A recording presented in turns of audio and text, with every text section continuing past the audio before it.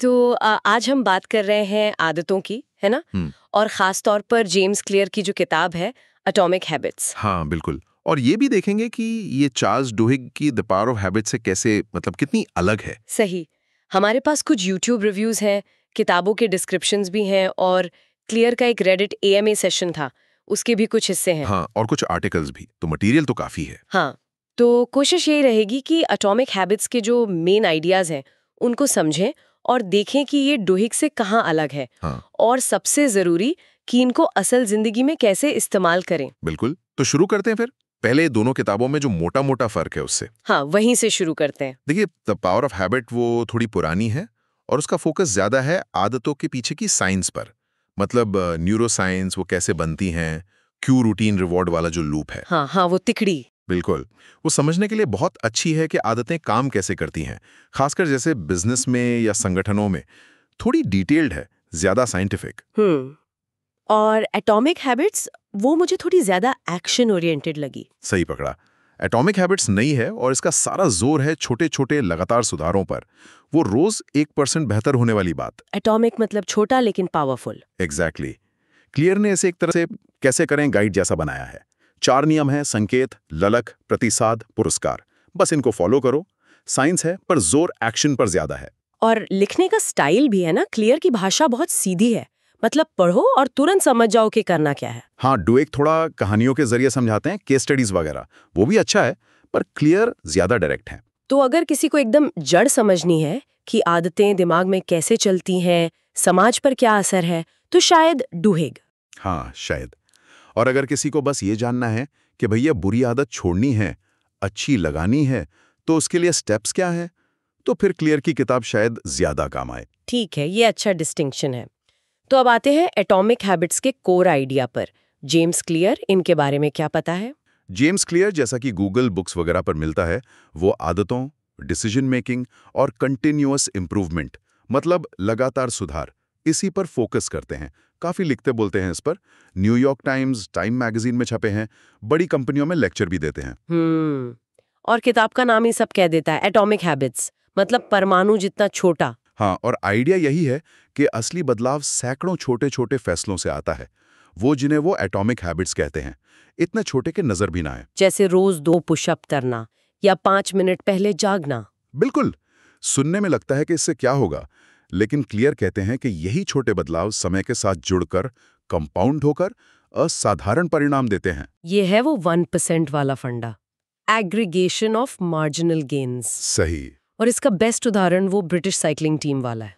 कई सोर्सेस में इसका जिक्र है। हाँ, वो कमाल का किस्सा है। सालों तक कुछ खास नहीं कर पाए थे वो लोग। हाँ, फिर उन्होंने डेव ब्रेल्सफोर्ड को हायर किया और उनका फलसफा बड़ा सिंपल था: हर चीज में सिर्फ 1% का सुधार करो, बस 1%। और उन्होंने लिटरली हर चीज बदल दी। साइकिल की सीट, कपड़े, टायर पर अल्कोहल रगड़ला ताकि ग्रिप अच्छी हो, खिलाड़ियों के गद्दे और तकिए ताकि नींद अच्छी आए, हाथ धोने का सबसे अच्छा तरीका सिखाया ताकि इन्फेक्शन ना हो। यहाँ तक कि टीम के ट्रक का अंदर का रंग सफेद कर दिया ताकि धूल दिख जाए। मतलब कमाल है। सुनने में ऐसा बहुत मामूली लगता है ना? हाँ, लेकिन नतीजा तो कमाल का था।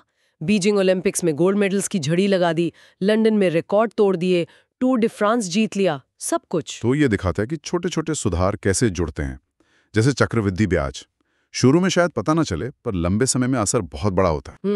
और ये जो कंपाउंडिंग वाली बात है, ये क्लियर के एक और आइडिया से जुड़ती है कि गोल से ज्यादा सिस्टम पर ध्यान दो। हाँ, ये बहुत जरूरी पॉइंट है। ये थोड़ा काउंटर इंट्यूटिव लगता है, क्योंकि हम तो हमेशा गोल सेट करते हैं, वजन घटाना है, प्रमोशन चाहिए, ये सब।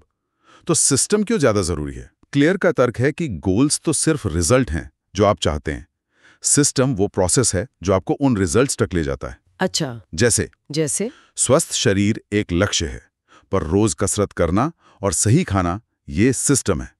परीक्षा में 98% लाना लक्ष्य है, पर रोज थोड़ा थोड़ा पढ़ना और समझना ये सिस्टम है। प्रॉब्लम यह है कि जीतने वाले और हारने वाले दोनों के लक्ष्य तो एक जैसे ही होते हैं।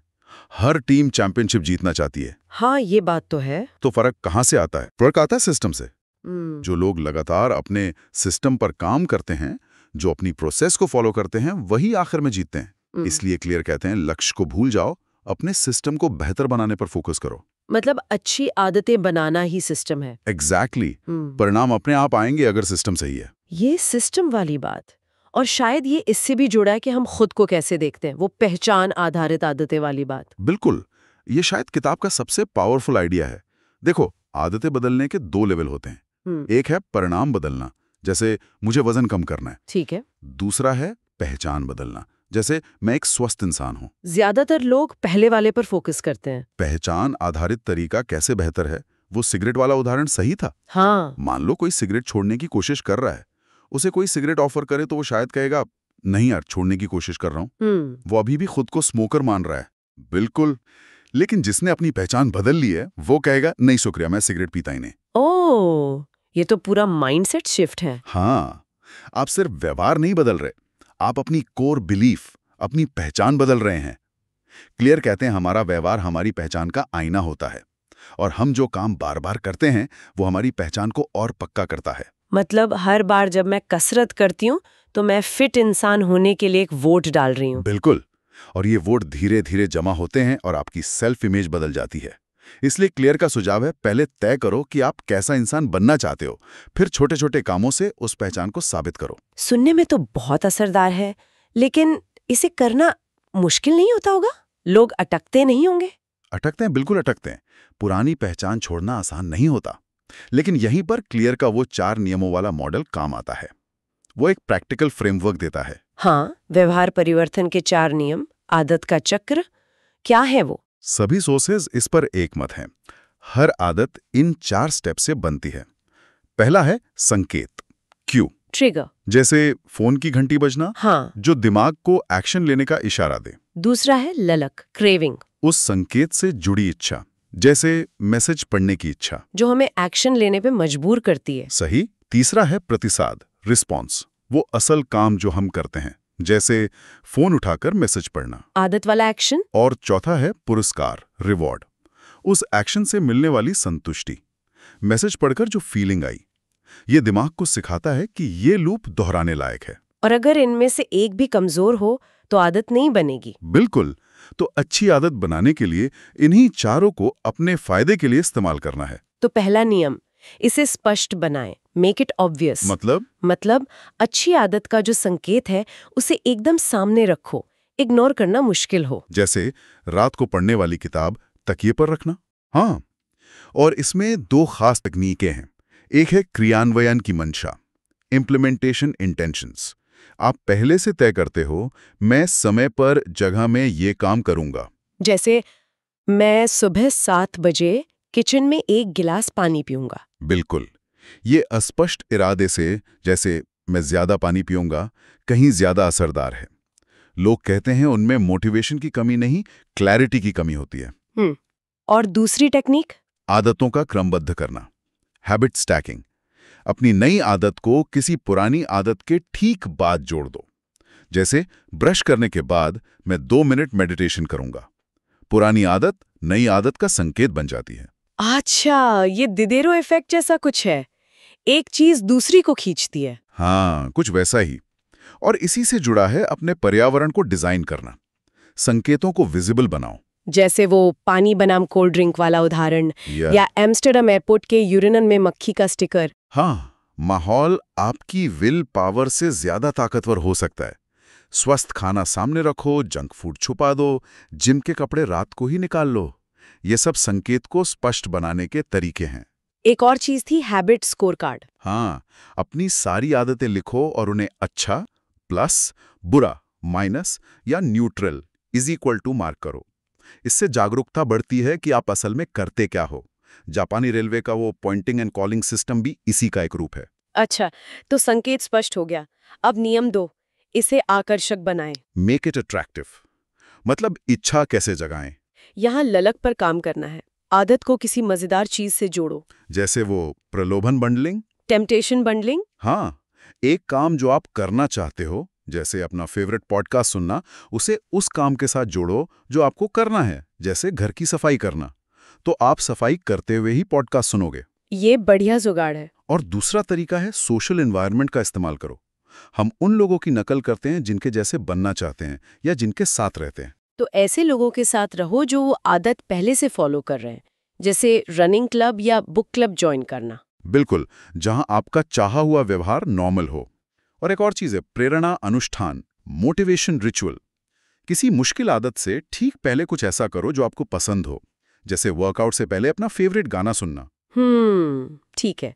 तीसरा नियम, इसे आसान बनाए, मेक इट इजी। आलस कम करना है। हाँ, रुकावटें कम करो। आदत को शुरू करना और करना जितना आसान होगा उतना अच्छा। जैसे जिम बैग रात को पैक करना। हाँ, और इसमें 2 मिनट का नियम बहुत कमाल का है। किसी भी आदत को उसके सबसे छोटे रूप से शुरू करो, जो 2 मिनट या उससे कम में हो जाए। रोज 1 घंटा पढ़ने की बजाय सिर्फ 1 पेज पढ़ना। हाँ, या रोज योगा करने के बजाय सिर्फ योगा मैट बिछाना। बस शुरू करो, मोमेंटम बन जाता है। फिर स्टार्ट करना सबसे मुश्किल होता है। ये बात सही है, शुरुआत हो जाए तो फिर गाड़ी चल पड़ती है। और जहां तक हो सके आदतों को स्वचालित करो। टेक्नोलॉजी यूज करो, बिल पेमेंट ऑटोमेट कर दो, सेविंग्स ऑटो ट्रांसफर पे लगा दो, हेल्दी मील डिलीवरी सब्सक्राइब कर लो। एक बार का फैसला, लंबे समय का फायदा। ठीक है। और चौथा नियम, इसे संतोषप्रद बनाएं, मेक इट सैटिस्फाइंग। दिमाग को तुरंत ग्रेटिफिकेशन चाहिए। हाँ, यही पुरस्कार आता है। आदत पूरी करने पर खुद को तुरंत कुछ रिवॉर्ड दो। और सबसे जरूरी, अपनी प्रगति ट्रैक करो। हैबिट ट्रैकर, कैलेंडर पर टिक लगाना या ऐप में नोट करना। हाँ, वो विजुअल प्रोग्रेस अपने आप में रिवॉर्ड है। वो पेपर क्लिप वाली स्ट्रेटजी याद है? एक डब्बे से दूसरे में क्लिप डालना, वो दिखाता है कि आप आगे बढ़ रहे हो। हाँ, वो सेल्स वाले लड़के की कहानी थी। इससे संतुष्टि मिलती है। और वो नियम कभी भी 2 बार न चूकें, नेवर मिस ट्वाइस। बहुत जरूरी। एक दिन मिस हो गया कोई बात नहीं, लाइफ होती है। पर अगले दिन जरूर वापस ट्रैक पर आओ। लगातार 2 दिन मिस मत करो, इससे मोमेंटम टूट जाता है। ये पठार वाली बात भी याद रखनी चाहिए। अंतर्निहित संभावनाओं का पठार, प्लेटो ऑफ लेटेंट पोटेंशियल। शुरू में मेहनत का फल नहीं दिखता। बिल्कुल, जैसे बर्फ 32 डिग्री तक पिघलती नहीं, फिर पिघलती है। या बांस का पेड़ सालों तक जमीन के नीचे बढ़ता है, फिर एकदम से ऊपर आता है। धैर्य रखना पड़ता है। ठीक है, तो ये हो गए अच्छी आदतें बनाने के नियम। अब बुरी आदतें तोड़ने के लिए क्या करें? बस उल्टा? हाँ, बिल्कुल उल्टा। पहला नियम, इसे अदृश्य बनाएं, मेक इट इनविजिबल। बुरी आदत के संकेत को हटा दो। फोन छुपा दो, घर से जंक फूड हटा दो। हाँ। दूसरा, इसे अनाकर्षक बनाएं, मेक इट अनअट्रैक्टिव।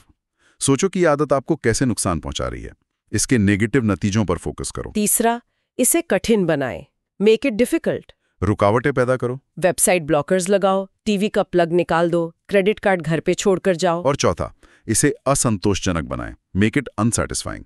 मतलब तुरंत कोई सजा या नुकसान जोड़ो। हाँ, एक जवाबदेही साथी, अकाउंटेबिलिटी पार्टनर रखो। अगर चूके तो उसे पैसे देने पड़े।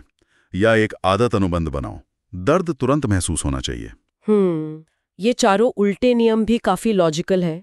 इनके अलावा भी कुछ कॉन्सेप्ट्स हैं, जैसे वो गोल्डीलॉक्स जोन। हाँ, कि काम न ज्यादा आसान हो न ज्यादा मुश्किल, बस सही लेवल की चुनौती हो। ताकि हम बोर भी ना हो और फ्रस्ट्रेट भी ना हो। अपनी काबिलियत के किनारे पर काम करना। और ऊब, ये बड़ा पॉइंट था कि सफल होने में सबसे बड़ी रुकावट हारना नहीं बल्कि ऊब जाना है। बिल्कुल, महारत के लिए रिपीट करना पड़ता है और रेपिटेशन बोरिंग हो सकता है। जो टिके रहते हैं वही आगे बढ़ते हैं। सफल लोग भी बोर होते हैं, बस वो लगे रहते हैं। हाँ, और फिर से आखिर में पर्यावरण डिजाइन, ये सच में बहुत जरूरी है। जो लोग डिसिप्लिन दिखते हैं ना, वो अक्सर विल पावर के हीरो नहीं होते। उन्होंने अपना माहौल ऐसा बनाया होता है कि विल पावर की जरूरत ही कम पड़े। बिल्कुल, वो टेम्पटेशन से बचते हैं या उसे मुश्किल बना देते हैं। तो कुल मिलाकर एटॉमिक हैबिट्स एक तरह का प्रैक्टिकल मैनुअल है। छोटे कदम, सिस्टम पर फोकस, पहचान बदलना और वो 4 नियम। सही कहा। और ये उम्मीद देता है कि बदलाव मुमकिन है, बस सही तरीका और थोड़ा धैर्य चाहिए। ये सब सुनने के बाद एक बात दिमाग में आ रही है, अगर हमारी आदतें ही हमारी पहचान बनाती हैं और आदतें बदली जा सकती हैं, तो इसका मतलब है कि हमारी पहचान भी फिक्स्ड नहीं है। वो पत्थर की लकीर नहीं है। हम उसे रोज गढ़ रहे हैं, अपने छोटे छोटे कामों से, अपनी आदतों के हर वोट से। तो सोचने वाली बात यह है ना कि हम आज अभी अपनी आदतों से कैसी पहचान बना रहे हैं? क्या ये वही है जो हम सच में चाहते हैं? शायद इसी सवाल से शुरुआत होती है।